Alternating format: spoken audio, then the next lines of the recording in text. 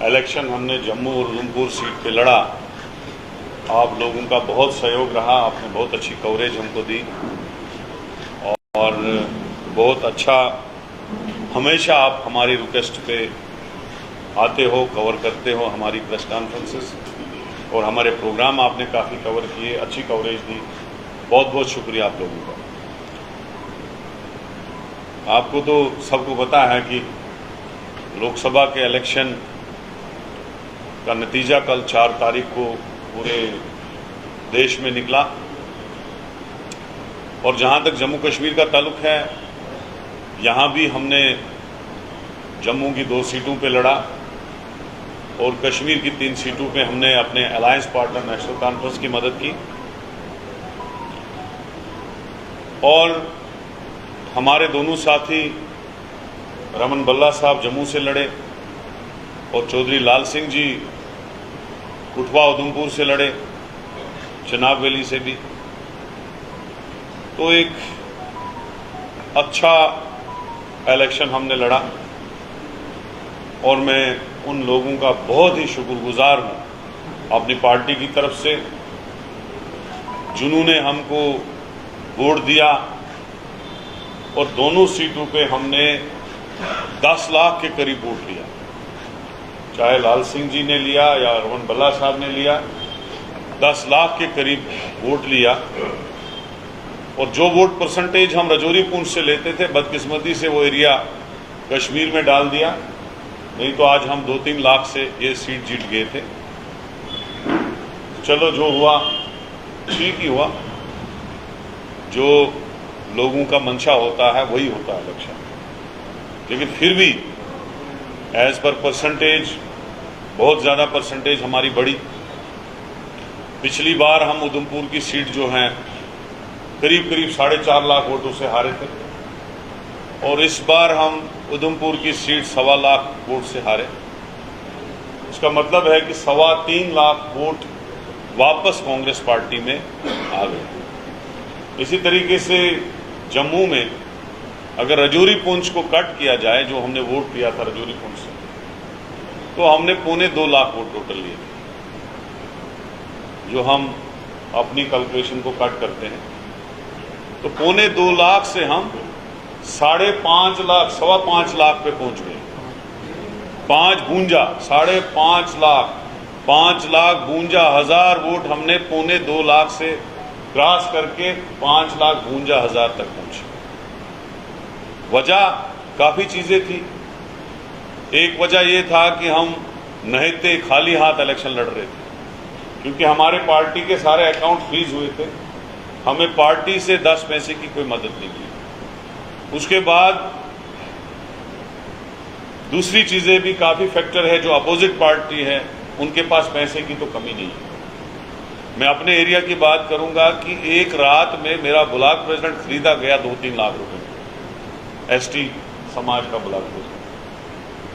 इसी तरीके से खरीदो फरोख्त बहुत हुई दोनों इलेक्शंस में, चाहे उधमपुर में हुई चाहे जम्मू में हुई।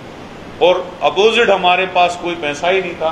तो जिस हिसाब से हमने अपनी गाड़ियां, वर्करों ने पैसा लगाया, खुद वर्करों ने तेल डाला, खुद वर्करों ने काम किया, तो हम उन वर्करों का भी शुक्रगुजार हैं। जैसे बीजेपी ने 2014 से कांग्रेस मुक्त भारत का नारा दिया था, वो कांग्रेस मुक्त भारत का नारा आप देख रहे हैं कि आस्ता आस्ता कांग्रेस पार्टी जो है दोबारा सत्ता में आ रही है, क्योंकि जो भी गारंटी और जो भी वादे बीजेपी ने किए थे, वो वादे कहीं ना कहीं फेल हो गए उनके। जो चाहे वो रोजगार के वादे थे, चाहे 15 लाख के वादे थे, चाहे किसानों का कर्जे का वादा था, चाहे डेली वेजर परमानेंट करने का वादा था, वो वादे उल्टे हुए। हमारी स्टेट जो है बर्बाद कर दी गई, उसको यूटी बनाया गया, उसके 2 हिस्से किए गए। इसी तरीके से यहाँ पे बेरोजगारी नंबर 1 पे है। ये तो आंकड़ों में दिखाते हैं, हरियाणा 1 है, 2 है जम्मू कश्मीर, लेकिन जम्मू कश्मीर नंबर 1 पे है, क्योंकि ना हमारे पास कोई इंडस्ट्री है यहाँ, ना हमारे पास ज़मीनें हैं। हरियाणा के पास इंडस्ट्रीज भी है, ज़मीनें भी है, वो लोग कुछ ना कुछ अपना काम करते हैं। लेकिन जम्मू कश्मीर के लोग, खासकर वैली के भी और हमारे पहाड़ी एरियाज के, बिल्कुल बेरोजगारी में इस वक्त बहुत परेशान हैं। इसी तरह से फौज और पुलिस की भर्तियां भी ख़त्म कर दी गई। इसी तरीके से घर घर स्मार्ट मीटर लगा दिया गया। जम्मू का कारोबार यहाँ के दरबार मुंह से ख़त्म किया गया। यहाँ की ज़मीनों का कारोबार था वो ख़त्म हुआ। सब कुछ इफेक्ट पड़ा। उसी की वजह है कि हमारा वोट परसेंटेज इतना बढ़ा। बदकिस्मती से हमारे उधमपुर की सीट का इलेक्शन फर्स्ट फेज में ही था। एक तो रोजे थे, रोजों में हम ज़्यादा कंपेन नहीं कर पाए। रोजों के बाद 4 दिन टोटल बचे थे कंपेन के, तो उसकी वजह से भी हमें काफ़ी प्रॉब्लम्स आए। तो मैं ये कहूँगा कि मैं बहुत बहुत शुक्रगुजार हूँ जम्मू कश्मीर के लोगों का, और इंशाल्लाह अगर हमारी सरकार सेंटर में बनती है तो जो वादे हमने किए हैं जम्मू कश्मीर के लोगों के साथ, वो हम फिर भी निभाने की कोशिश करेंगे, चाहे हमारी सीटें 2 आए ना आए, क्योंकि यहाँ बहुत परेशान लोग हैं। यहाँ के लोगों की परेशानी को ख़त्म करना हमारा अवलीन फ़र्ज़ है, क्योंकि पॉलिटिक्स हम इसीलिए करते हैं कि हम लोगों की सेवा करें, हम लोगों की सरकार दें, लोगों की एस्पायरेशंस के खिलाफ कोई काम न करें। मैं पहली बात बोलूँगा, 2014 में कोई मैनिफेस्टो में बीजेपी में ये नहीं था कि हम जम्मू कश्मीर की स्टेट को यूटी बनाएंगे, हम यहाँ में 10 साल इलेक्शन नहीं करेंगे, हाँ यहाँ हम घर घर स्मार्ट मीटर लगाएंगे, हम यहाँ लोगों को प्रॉपर्टी टैक्स लगाएंगे, हम यहाँ 200-200 साल की ज़मीनें छीनेंगे। ये तो सारे ऐसे काम है जो लोगों के खिलाफ है, लोगों के अगेंस्ट है। लेकिन कांग्रेस जो है लोगों के साथ चलती है, हम लोगों को नाराज़ नहीं करते। अगर हम आते तो यहाँ का डेली वेजर जो है वो परमानेंट हो जाता। आगे पूरा कोशिश करेंगे और हम उनके लिए सड़कों पे खड़े हैं। जहां हमें लगेगा कि गवर्नमेंट सही है वहां तारीफ करेंगे, लेकिन जहां हमें लगेगा कि गवर्नमेंट खराब है, गवर्नमेंट गलत काम कर रही है। काफ़ी घोटाले हुए यहाँ। जल शक्ति मिशन में बहुत बड़ा घोटाला हुआ, IAS ऑफिसर ने निकाला। यहाँ स्मार्ट सिटी का घोटाला, सरकार बनती है तो स्मार्ट सिटी का इतना बड़ा घोटाला निकलेगा। जम्मू और कश्मीर में ये लूटा गया और यहाँ कुछ ज़मीन पे नहीं लगा सारा पैसा। ये भी सारी बड़ी बड़ी बातें हैं जो होंगी। तो बहरहाल मैं राहुल गांधी जी को बहुत बड़ी मुबारकबाद पेश करूँ, जिस राहुल गांधी जी के खिलाफ इतने प्रोपेगेंडे बीजेपी सरकार ने किए। अपना IT सेल 10-15 साल से एक ही आदमी के खिलाफ लगा के रखा, वो है राहुल गांधी। वो आदमी जो फॉरेन से MPhil करके इकोनॉमिक्स में, जो आपकी हर प्रेस कॉन्फ्रेंस में किसी भी जवाब को हाजिर जवाब रहता है, और एक साफ सुथरा आदमी, नेक आदमी, ईमानदार आदमी, जिसने पूरे देश की इतनी बड़ी पदयात्रा किसी ने आज तक नहीं की, देश को जोड़ने की बात की, मोहब्बत की दुकान कम्युनल पॉलिटिक्स के खिलाफ खोलने की बात की। आज उस चीज को लोगों ने एक्सेप्ट किया। थोड़ी सी फर्क रही, नहीं तो हमारी अपनी बहुमत होती, हिंदुस्तान की इंडिया सरकार बनती। लेकिन मुझे आज भी यकीन है कि अगर सरकार NDA की बनेगी भी, वो कुछ देर की मेहमान होगी। याद रखना, मेरे से लिख लेना, क्योंकि डिक्टेटर आदमी सबको साथ लेके नहीं चल सकता है। ये झूठा नारा है इन लोगों का, सबका साथ सबका विकास। वो सारा फ्रॉड साबित हुआ। इन लोगों ने ED को एक्टिव किया, इन लोगों ने क्या बोलते हैं CBI, ED, local agencies, police, पूरा विपक्ष को दबा दिया। केजरीवाल अंदर, उसके मिनिस्टर हिम्मत सुरीन अंदर। महाराष्ट्र में कैसे इन्होंने गवर्नमेंट का तोड़ फोड़ किया, रीजनल पार्टीज को खत्म करने की कोशिश की। ऐसे डिक्टेटर तो हिंदुस्तान ने कभी देखे नहीं है। हमारी भी सरकारें रही, सबसे ज्यादा राज कांग्रेस ने किया, लेकिन हमारी रेस्पेक्ट होती थी अपोजिशन के लिए, रीजनल पार्टीज के लिए, क्योंकि वो भी लोगों के चुने हुए नुमाइंदे होते। तो ये लोग, डिक्टेटर लोग, सरकार ज्यादा देर नहीं चला सकते हैं। अगर इस मुल्क को कोई चला सकता है, इस मुल्क को कोई संभाल सकता है, वो कांग्रेस पार्टी है।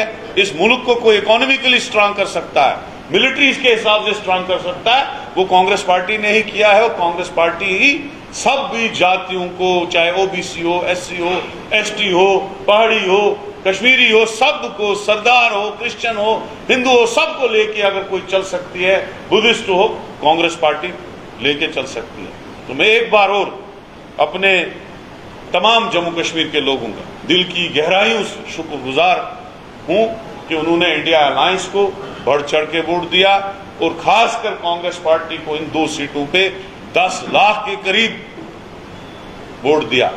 तो कहते हैं इस गूंगी बहरी सरकार को एक धक्का और दो, एक धक्का और लग जाएगा, ये असेंबली में भी साफ होंगे और पार्लियामेंट में भी। उसके बाद जम्मू कश्मीर के लोग इनका नाम भी कभी नहीं लेंगे। शुक्रिया। कोई क्वेश्चन हो तो बता सकते हैं। भला साहब मत कुछ बोलेंगे? एक मिनट, कैंडिडेट के तौर पे एक 100 वोट पे आप। मैं भी जब विकासपुर साहब ने कहा तो मैं तमाम जम्मू रियासी कॉन्स्टिट्यूंसी के लोगों का दिल की तरह जरूर अदा करता हूँ। उन्होंने भरपूर समर्थन यहाँ पे दिया और काफ़ी हद तक जो हमने 5 लाख और 52,000 के करीब हमने वोट यहाँ पे लिए, उसके लिए तमाम साथियों का जिन्होंने कैंपेन में भी मदद की, कार्यकर्ताओं का और तमाम आम जनता का जिन्होंने हमारा सहयोग यहाँ पे दिया, उनका शुक्रिया अदा करता हूँ। और यही उनको यकीन दिलाता हूँ कि जो भरोसा उन्होंने हम पे जताया, हम आखिरी दम तक उनकी लड़ाई लड़ेंगे, उनके हकों की रक्षा करेंगे। जहाँ पर भी जनप्रतिनिधि भाजपा तोड़ने का प्रयास करेंगे, डट कर सड़कों पर उतर के उन चीज़ों का विरोध करेंगे ताकि लोगों को राहत कहीं ना कहीं मिल पाए। मैं यही बात आपके माध्यम से और आपका भी शुक्रिया करता हूँ कि कैंपेन में आपने भी बड़ा सहयोग दिया। एक क्वेश्चन, एक मैं और बात जोड़ना चाहता हूँ अपनी प्रेस कॉन्फ्रेंस के साथ कि कांग्रेस डिमांड करती है कि यहाँ की रियासत का दर्जा जो है वो इमीडिएटली दिया जाए और यहाँ का असेंबली जो है इलेक्शन उसकी शुरुआत हो, यहाँ असेंबली इलेक्शन हो, यहाँ का लोकतंत्र बहाल हो जाए, डेमोक्रेसी बहाल हो जाए, ताकि सेक्रेटरीट में भी लोगों का आना जाना रहे।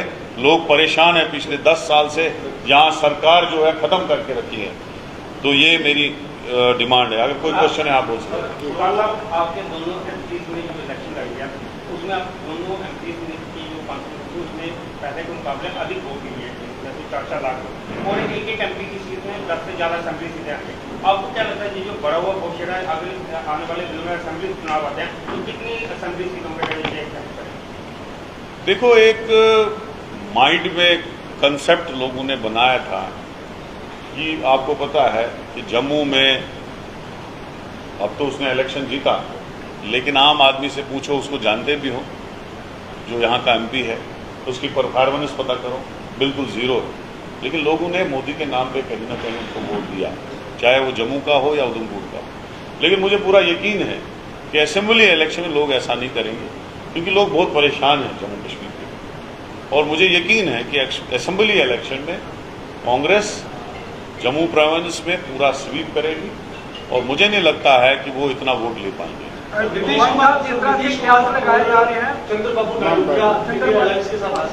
देखिए, ये दिल्ली की बातें हैं। हम जम्मू कश्मीर में बैठे हैं, दिल्ली वाले क्या बात करेंगे वो उन तक। रियासी डिस्ट्रिक्ट की बात करेंगे तो लगभग 14,000 के करीब आप लीड उस पूरे डिस्ट्रिक्ट से लेकर आई है। बीजेपी 14,000 वोट पीछे रह गई।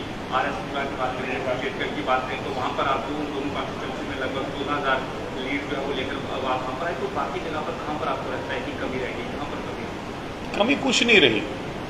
ये एक फैक्टर है जो मैंने पहले भी डिस्कस किया, ये एक फैक्टर है, उस फैक्टर को वोट मिला यहाँ से। लेकिन मुझे नहीं लगता है कि आगे लोग इनको मानेंगे। इन्होंने राम मंदिर का नारा दिया, हो सकता है यहाँ कहीं थोड़ा बहुत उसका इम्पैक्ट हो, लेकिन अयोध्या तो ये हार गए, जो जहाँ ये मंदिर बना था। और इसी तरीके से पूरी देश में जो इन्होंने कहा था कि कांग्रेस मुक्त भारत, वो भी तो लोगों ने इनका नारा रिजेक्ट किया। कांग्रेस की सीटें डबल हो गई और बीजेपी 63 सीटें नीचे आ गई। जो बीजेपी कहती थी 400 पार, 370 तो अकेले बीजेपी बोलती थी। हमारे 370 हटाने का ताना हमको दे के 370 पार बोल के, और वो 370 पार से 303 से 240 पे पहुंच गए। तो कहीं ना कहीं यहाँ पे भी आगे फॉल्ट होगा। मुझे नहीं लगता है असेंबली में ये लोग अपनी सीटें बचा पाएंगे।